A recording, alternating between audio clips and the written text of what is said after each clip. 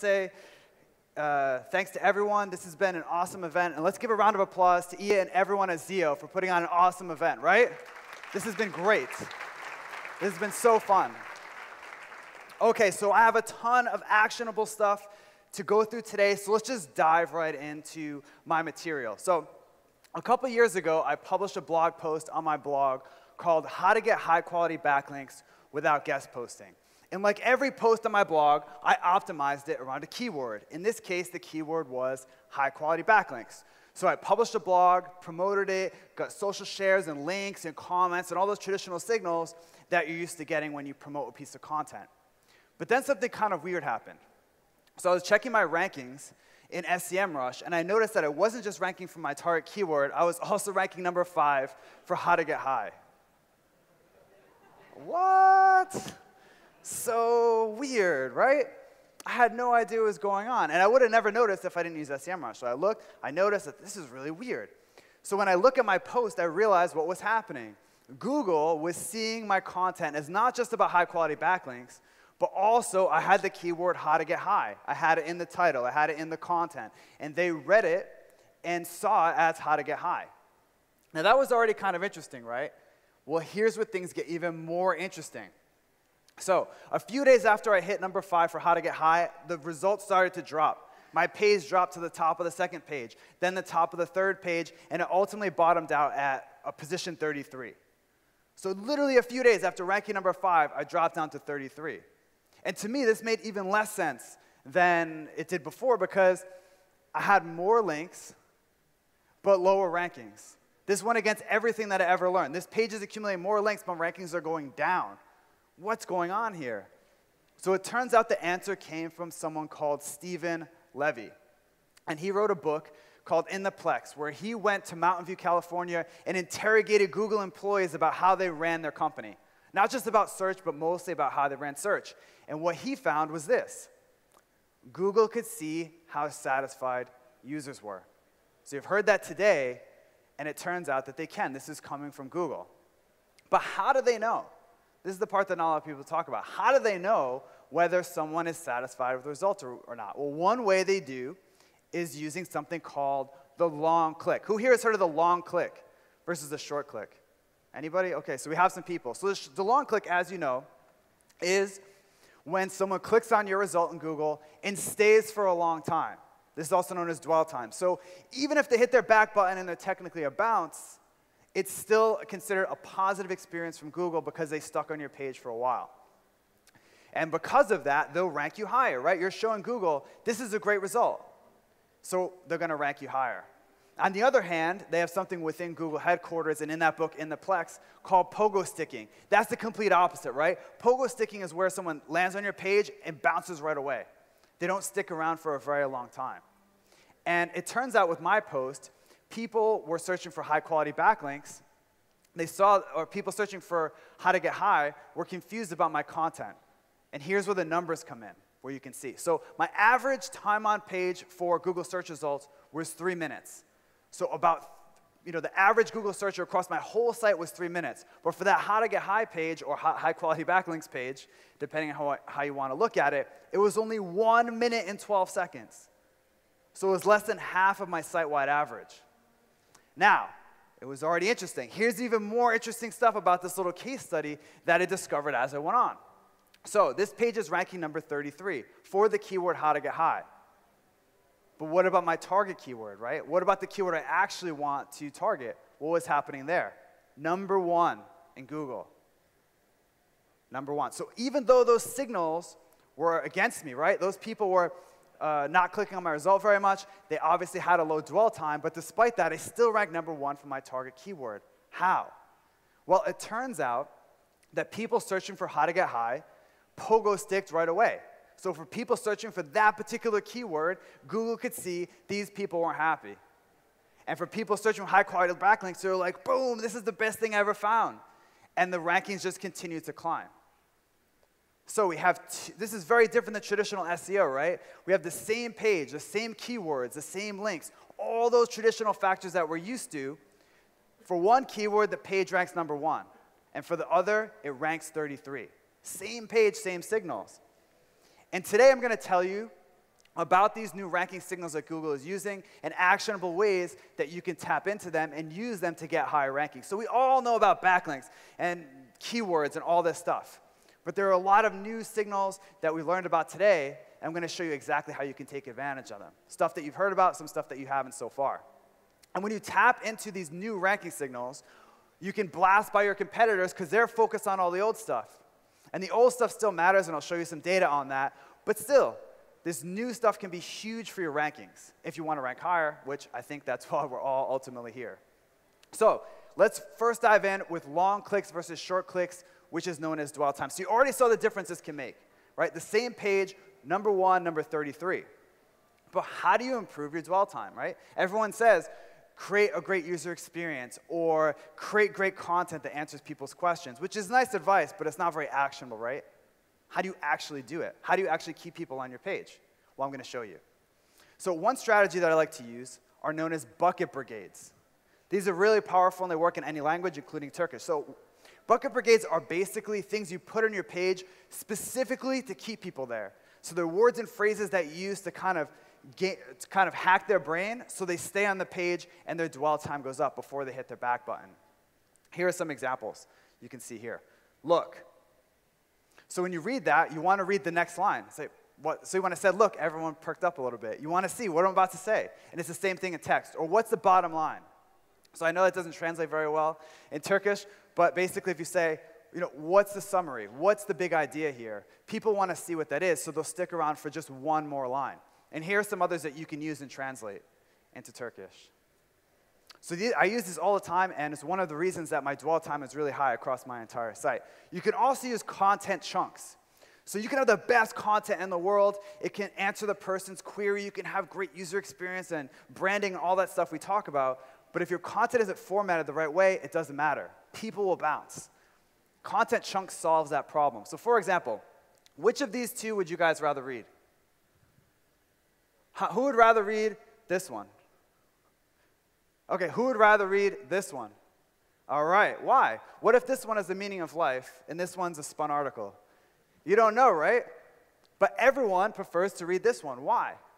Because it's formatted right. It's formatted a way that makes it easy to read. So for example, if you format your content and use things that magazines have used for decades to make their content easier to read, your content will be easier to read, people will stay on your page, you'll get higher rankings and make more money. All good stuff. So quote boxes. It's something that I use on my site all the time. I see a lot of articles that quote people. It's a great opportunity to put a face and some design into your content. Even simpler. Let's go simpler. Subheaders. Subheaders are awesome because they break up your content. They're really easy. Just slap an H2 tag on a piece of text, and all of a sudden you have a new section on your site. You can also use something called the APP formula. This is super important when we're talking about answering the searcher's intent. What do they really want? This is a way to do it in a way that relates to them. So this is an old copywriting trick that I learned from my days of copywriting, and I've applied it to blog posts, and it works really well. So the APP method is basically this. It goes from top to bottom on your introduction, agree, promise, preview. So I'll break it all down right now. So this is an example on my site about how to create a squeeze page. And when I created this introduction, I was thinking of a Google searcher searching for a keyword like squeeze page or how to make a squeeze page or all the keywords that I'm targeting, and think, what's going through that person's mind right now? Obviously, they want to create a squeeze page, but what else? What's deeper?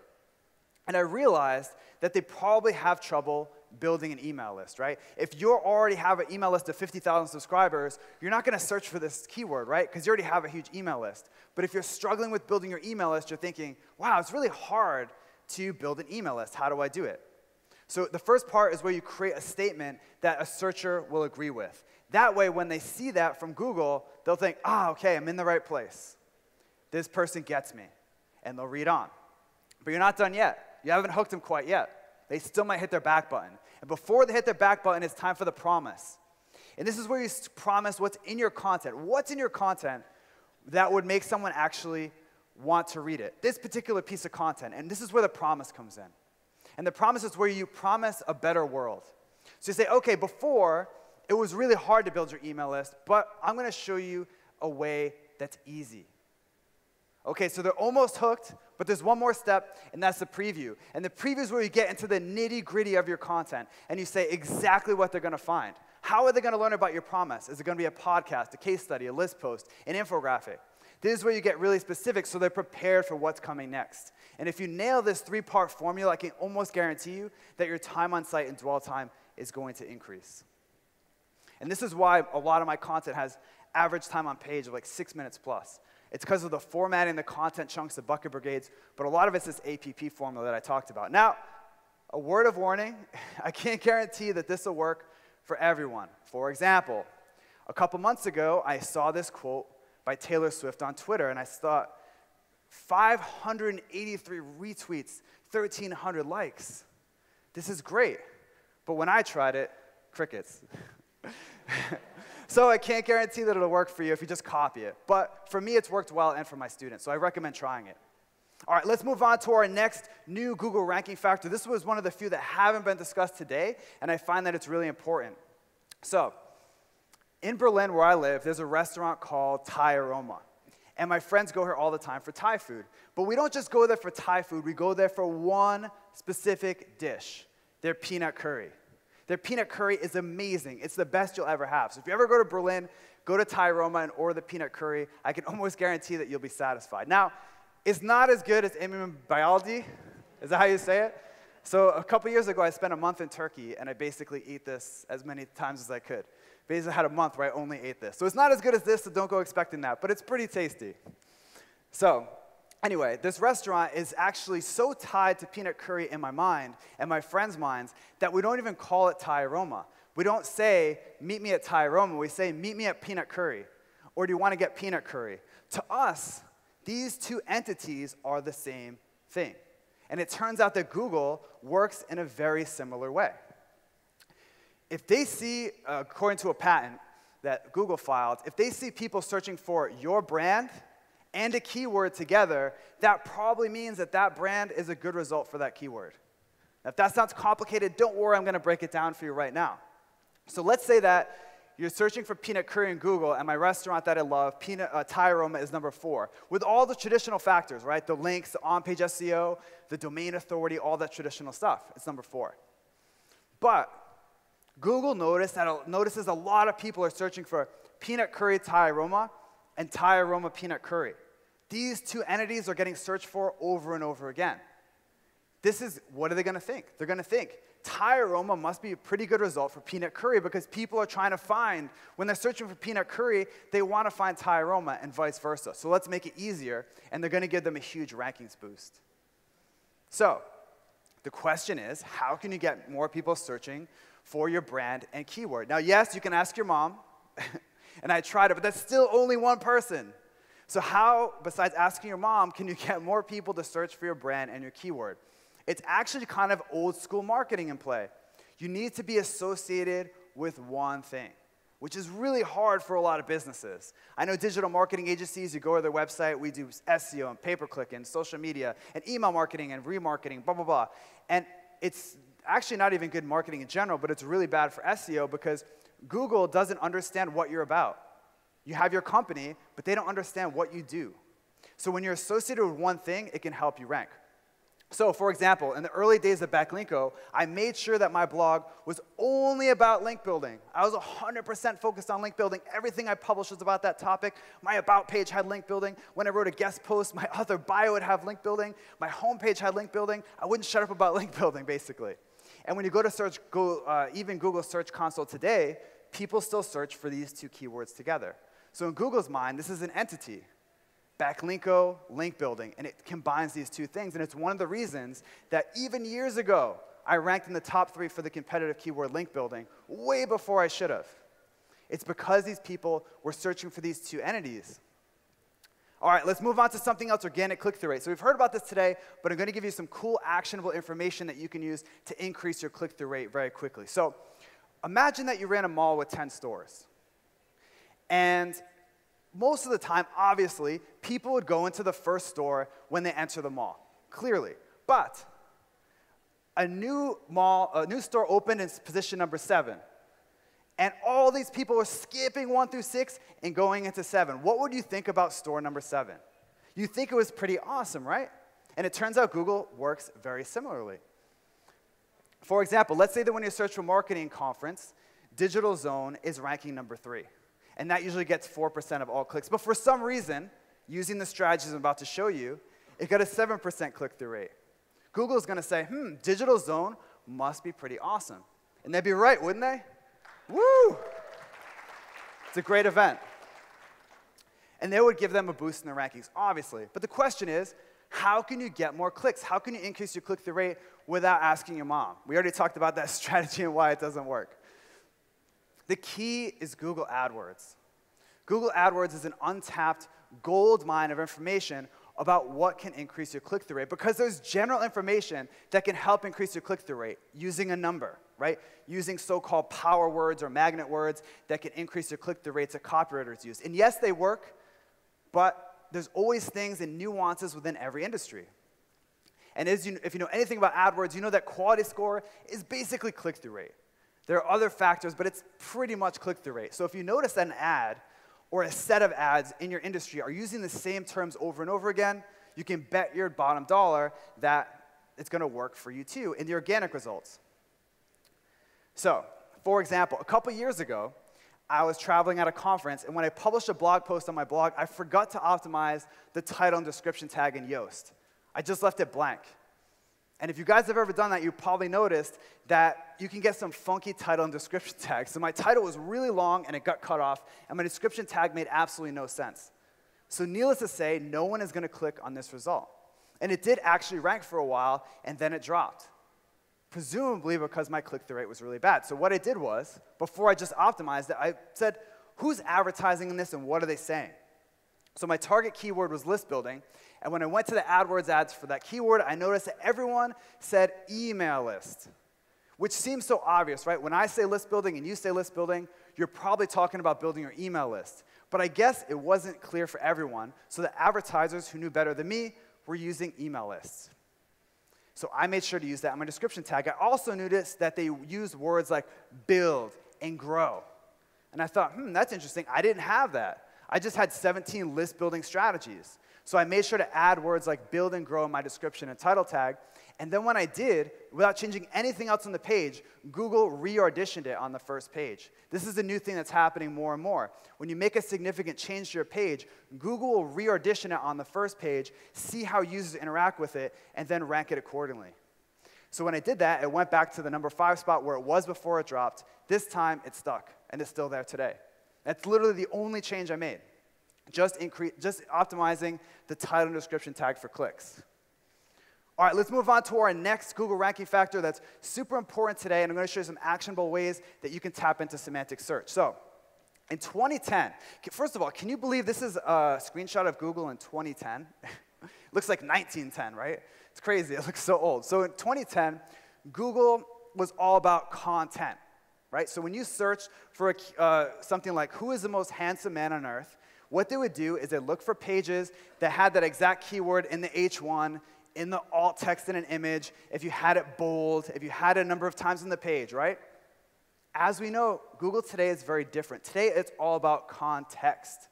It's all about what's going on besides just the keyword. What is the topic of that page? So today, when you search for it, they look whether you use LSI keywords, whether you use other terms that are associated with that keyword on other pages on the web. And that's why when you search for this keyword today, the results are great, at least in my opinion.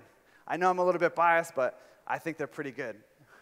So the question is, how can you use semantic search? What do you actually do? Well, it's actually easy. It comes down to using LSI keywords, basically. So LSI keywords is a fancy way of saying synonyms to your target keyword and also closely related words. So these are words that appear along with your keyword. Pretty easy. So how do you find them? Well, let's say you're searching for the keyword cars. Someone's searching for cars in Google, and you have a page optimized around the keyword cars. How does Google know if you're searching for this stuff? There's Cars the vehicle. There's also Cars the movie. There's also Cars the Canadian aviation regulations. How does Google know? Which page is about which version of cars? They all have the word cars in them, right? They all have cars in the title tag, cars in the URL. Well, it turns out they use LSI keywords. So if they see a page like this, that have terms like car repair, new and used, dealers, they know it's about the car that you drive. And if it says film, produced, Walt Disney, picture, they know it's about the movie, right? So for example, when we analyzed 1 million Google search results, Rand mentioned this earlier, we used MarketMuse to analyze a subset of the data and look at 10,000 pages and see what correlated with higher rankings. And we found that basically the more LSI keywords a page used, the higher it tended to rank on the first page.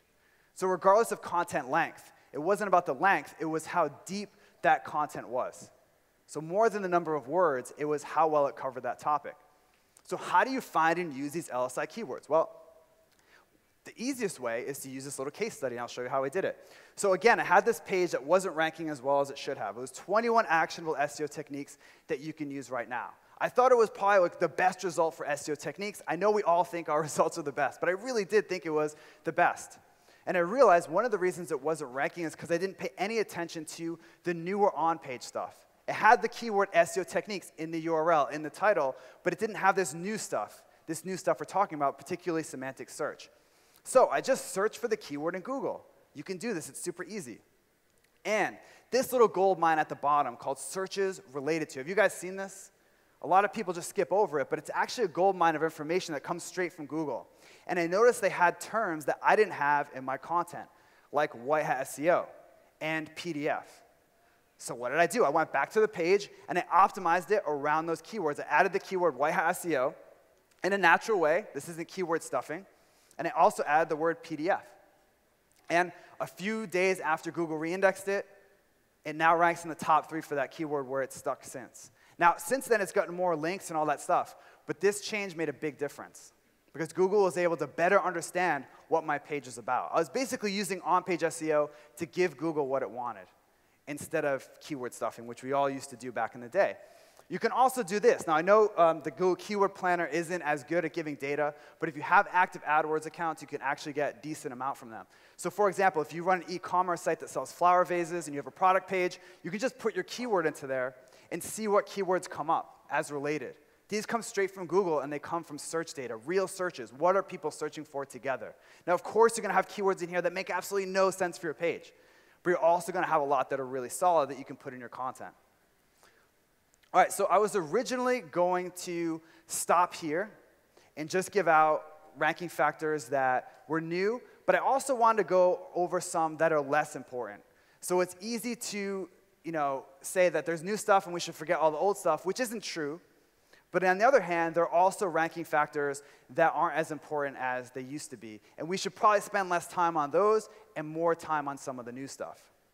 So again, this is a study that I did earlier this year with SEMrush, Ahrefs, SimilarWeb, and MarketMuse, and Alexa. And we teamed up and we analyzed 1 million Google search results. Basically, the reason that this study was different than others is because we had a lot of results, but also we looked at particularly what helps you rank on the first page. So it's not just what correlates with first page rankings. We looked at what helps you get from like 5 to 1. Or what's the difference between a result on number 8 on the first page and number 2? Because as you know, 80% plus of the clicks are on the first 3 organic results. So if you rank number 8, you might as rank number 1,000. It doesn't even matter. So we really zeroed in on what helps you, what correlates with this first page rankings. So title tags. Who here optimizes for title tags? You put in their keyword in the title tag. Okay, everybody, right? I still do it too. There's nothing wrong with that. But does it actually help? Maybe not. So John Mueller, earlier this year, says they do use it for ranking, but it's not the most critical part of a page, which to most old school SEOs was crazy because to us, the title tag was by far the most important part of a web page, right? You optimize that more than anything else. And we discovered that there wasn't a correlation. There's only a small correlation with exact match title tag usage. And I was surprised at this because up until then, I was saying, look, I know this hummingbird, I know this semantic search, but you still need to optimize your title tags and everything else around a target keyword. But then, when I did my normal searching, just my everyday stuff, searching for advice and where to go to eat and stuff like that, I noticed that a lot of the results didn't have my keyword in the search results, in the title tag. For example, if you search for list building, which you talked about earlier, which is a super competitive keyword. It's a 2-word term. Only half of the results have the exact keyword in it. So the other half don't have the exact keyword. So everyone that's keyword stuffing list building isn't getting anywhere. It's the people that are probably writing better stuff that are able to rank higher. So only half. Okay, exact keyword in an H2 tag. Who here puts their keyword in an H2 tag? Anybody? I do. Anybody? We found no correlation with rankings there. So does that mean you shouldn't do it anymore? No, because it's not going to hurt you, right? It wasn't a negative correlation, but it was no correlation. So we found that if you put your keyword in an H2 tag, it doesn't make any difference, at least for the first page, which is what matters most. So you can still feel free to do it, but it's not going to make a difference. How about the H1 tag? Who puts their keyword in an H1 tag? Everybody, right? I do. Nothing wrong with it. Don't be embarrassed. But again, we found that there was no correlation there. So what does this show you? Well, it shows you Google is getting smarter. And if you put a keyword or a phrase that's similar to your target keyword in an H1 tag, they can tell. It doesn't have to be the exact keyword anymore. All right. Now, I was originally going to end the presentation here. But I wanted to talk about some factors that are still important in 2016, because what happens is I go to a lot of marketing conferences, I speak at, I give keynotes all around the world at marketing conferences, and I notice what happens is someone says, okay, guys, there's this new stuff you should do with SEO, so forget all the old stuff, and people rush out and they start putting schema on their site, and they speed up their site, and they think, it's only a matter of time before I hit #1, right? I see that a lot. I go to conferences. That stuff helps, okay? Or it can help. You're going to see in a minute. But just because you write great content, put schema on it, and make it load quickly does not mean you're going to rank. And that's because there's all these ranking factors that came before that are still super important. But which ones should you ignore and which ones should you stick to? Let's see. So when we analyzed this 1 million search results, we found that the number of referring domains to a page was the #1 most correlated ranking factor. So the more number of sites that were linking to a page, the higher it tended to rank on the first page. No shocker here, right? But this is why I still recommend people focus on link building, because obviously this was a huge correlation, more than any other. We also looked at the domain authority of the site, also known as domain rating in Ahrefs, and we found another big correlation. So if the site was really authoritative, it tended to rank higher on the first page. Obviously, again, this is not anything new, but it's something that you should continue to do as you sprinkle in this new stuff that I talked about today. All right, how about the loading speed? Now, we found a significant correlation, but it wasn't really a huge correlation. It was just statistically significant, but just over the edge. And I should note that in this study, we didn't look at a page-by-page level of site speed. We looked at the entire site as a whole, its site-wide average. So we used Alexa to look at the site-wide average loading speed, and we correlated. So it's possible they could have certain pages that are really slow that rank high, and certain pages that are really fast. But in general, it gives you an idea that Google probably does use this, maybe in a direct way, probably more in an indirect way, that people click on the result, don't like it because it's taken 10 years to load, and they hit their back button. So as you've seen, there are old ranking factors that are still super important, but there are a bunch of new ones that you need to pay attention to as well. And when you can take advantage of these ranking signals, you can blast by your competition who doesn't even know about this stuff, and they're still worried about their keyword density. Especially if you want to rank for the keyword, how to get high. Thank you.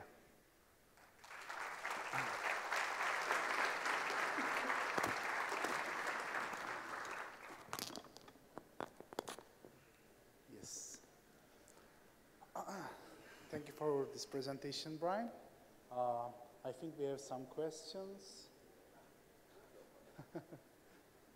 Okay, let's start with Tom. All right, I want me to pick who gets a question? All right, Tom, go ahead. All right, man, you. Are you giving out chocolate? What? No. No chocolate. Okay. Sorry. So we heard Gary talking about the move towards the machine learning generated algorithms from Google, and he said it's dangerous, but it's sort of headed in that direction.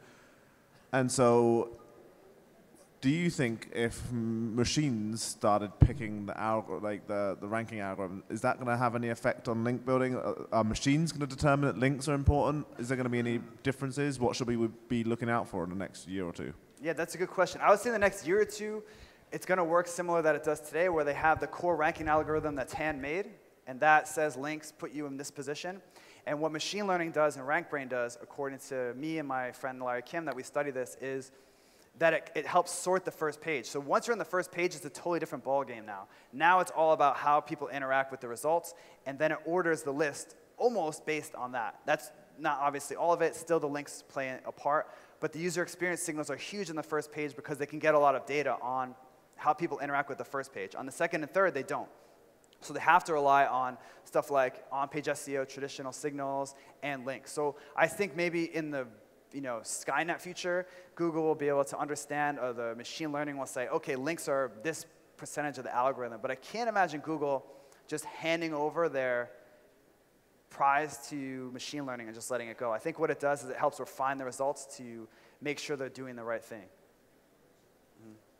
Okay, who else had questions? Turkish questions? We got one over here.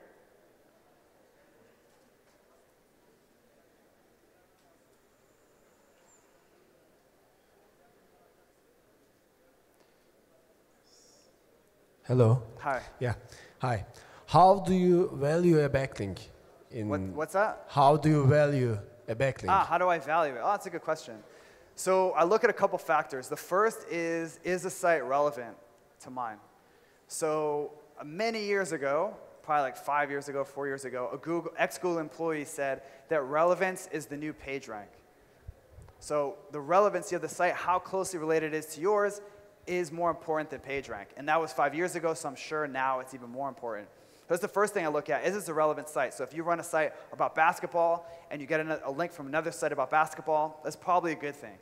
But if you get a site, one about knitting, it's probably not going to be as powerful, even if that knitting site has a domain authority of 80 or whatever.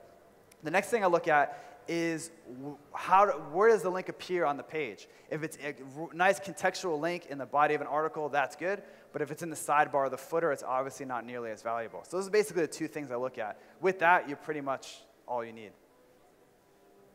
Anything else? All right, we got another. Oh, that guy's just scratching his head. Any questions before I go? Okay, we got one more in the back. Hi, Alex from Pyrenees.io. Do you do anything with the links which are irrelevant? Do you ask the owners of the website to remove them or something like this? Or you just leave it them? Is this a link that you got naturally just No, someone... Yeah, I would say if you built them back in the day, and you built these links that are unnatural, I think that's one way that Google can determine whether a link profile is unnatural. If a huge percentage of your links come from totally unrelated sites, it's easy. So I would try to remove them if they were built in a shady way and disavow them if you can't get them removed. But if you just, like, every site just gets links from random places, naturally, it just happens, and I wouldn't, like, email those people and ask to remove the links. It's actually a natural thing that happens in the web anyway. So I wouldn't worry about it. Okay. All right, last chance, last call for questions before I'm going to get coffee. Okay. Okay, all right. Brian, thank you so much for Bye. joining us. Thanks. Thanks, man.